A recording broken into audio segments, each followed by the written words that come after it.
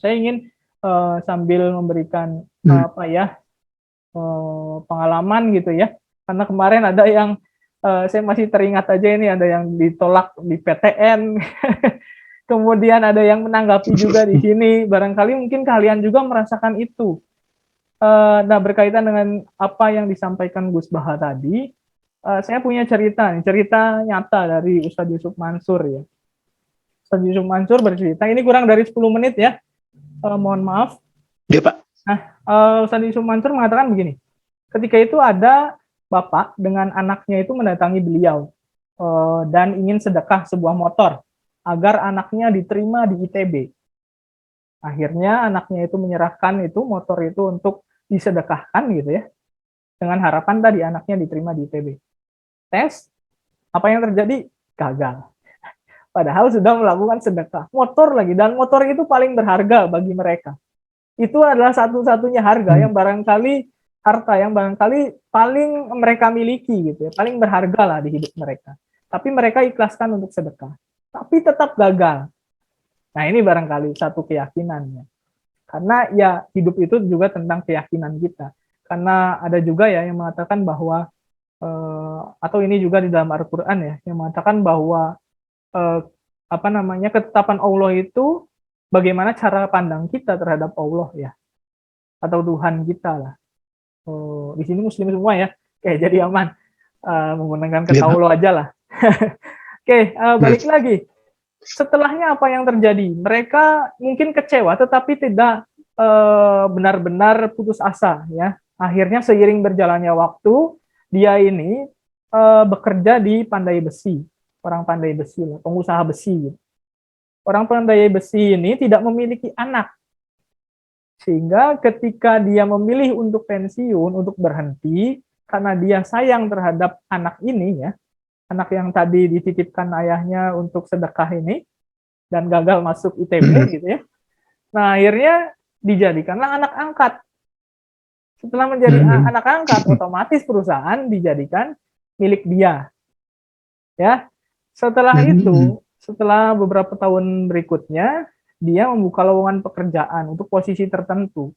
Yang melamar siapa? Alumni ITB. Ini sebuah cerita yang luar biasa ya. Bukan berarti kalian gagal di PTN itu sesuatu yang kemudian kiamat gitu, belum tentu. Karena nanti setelah kalian lulus juga ada lagi fase berikutnya di mana kalian harus bekerja. Nanti juga ada fase berikutnya setelah kalian harus bekerja, itu kalian punya anak barangkali ya. Jadi jangan terlalu pesimis lah dengan apa yang terjadi hari ini. Barangkali itu adalah cara Allah untuk menyelamatkan hidup kita. Ya, kalau tidak menyelamatkan hidup kita, berarti memberikan jalan pintas kesuksesan. Karena tadi belum tentu kalau misalkan dia lulus ITB, dia akan memiliki suatu perusahaan, gitu ya. Yang lamarnya anak ITB lagi. Jadi itu kan kebalikan ya. Jadi ini juga harus menjadi semangat atau acuan bagi kalian agar tetap memiliki semangat untuk menjalani hidup ini. Belum tentu yang didapat di awal itu baik. Atau tadi yang saya katakan, cara Allah untuk menyelamatkan kalian. Maksudnya begini, ketika kalian mungkin diterima di PTN yang kalian inginkan, gitu ya, belum tentu kalian akan mendapatkan suatu kebahagiaan hidup. Barangkali pergaulan kalian akan salah, gitu ya, atau terjerumus ke satu masalah tertentu. Jadi hidup kita itu tergantung bagaimana cara pandang kita, gitu. Saya juga udah 2 kali nih ke belakang gagal tes CPNS dengan cara yang bisa dikatakan menyakitkan gitu ya, karena di tahap-tahap terakhir terus, tapi selalu akhirnya saya punya cara gitu untuk benar-benar memahami bahwa apa yang terjadi di hidup saya itu memang harus diambil hikmahnya. Barangkali kalau saya di awal itu diterima, saya tidak bisa untuk menjaga ibu saya yang sakit, misalkan stroke. Kemudian ketika saya tahun lalu diterima, barangkali saya tidak bisa untuk mengcover bagaimana pekerjaan istri saya di rumah misalkan. Jadi coba kita gali apa yang menjadi kegagalan kita itu, jangan kemudian kita menjadikan itu sebagai sesuatu yang emosi atau sesuatu yang putus asa yang berlebihan gitu ya. Tapi kita harus melihat dari sisi positifnya. gitu. Karena saya selalu mencoba menempatkan seperti itu, apalagi ketika saya mendengarkan ceramah seperti itu ya, yang kita meyakini bahwa kehendak Allah itu baik, asalkan memang kita sudah berusaha gitu. Jadi intinya adalah bagaimana kita tetap bisa berusaha gitu ya. Jangan sampai kita putus semangat hanya karena gagal di satu tempat. Beberapa orang yang sukses di dunia ini juga itu tidak langsung berhasil. J.K. Rowling tadi 12, kalau kita berbicara tentang penerbit ya 12 kali ditolak. Kemudian Walt Disney juga ratusan kali ditolak karena dianggap tidak kreatif. Tapi mereka tidak tidak untuk berhenti gitu. Atau yang terbaru Starbucks itu sampai puluhan atau ratusan juga ya pernah itu gagal. Akhirnya menjadi sebuah perusahaan kopi terbesar. Padahal di Amerika tidak ada kopi. Ya. Nah, kita harus berpikir sampai sana gitu. Jadi kalau kita lihat, memang negara-negara maju itu tidak memiliki cukup sumber daya, tetapi mereka menggunakan otaknya ya. Singapura misalkan di daerah kawasan kita, regional kita, luas wilayahnya sedikit. Bahkan dosen saya pernah berkata bahwa orang Singapura itu, atau negara Singapura itu, kalau misalkan orang Indonesia karena saking kecilnya dan penduduk Indonesia luar biasa besar. Tapi mereka bisa memanfaatkan bagaimana sumber daya manusia. Nah, harapan saya juga melalui kegiatan ini dengan mahasiswa menulis ini kan menumbuhkan literasi, minat literasi minimalnya. Jadi kita bisa menggali bagaimana kekuatan kita juga di bidang sumber daya manusianya gitu. Di samping tadi ada program Merdeka Belajar, Kampus Merdeka ya dari Kemendikbudristek.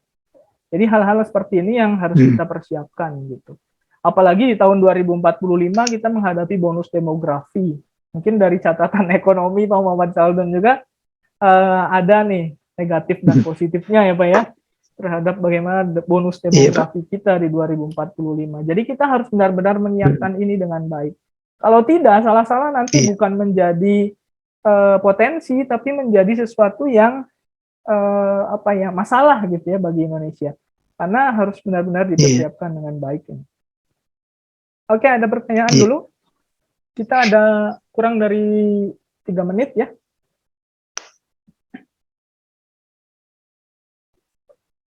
Ada pertanyaan? Atau tanggapan barangkali?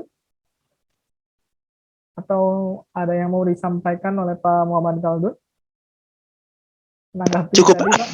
Terima kasih, Pak. Okay. Luar biasa. Ada lagi?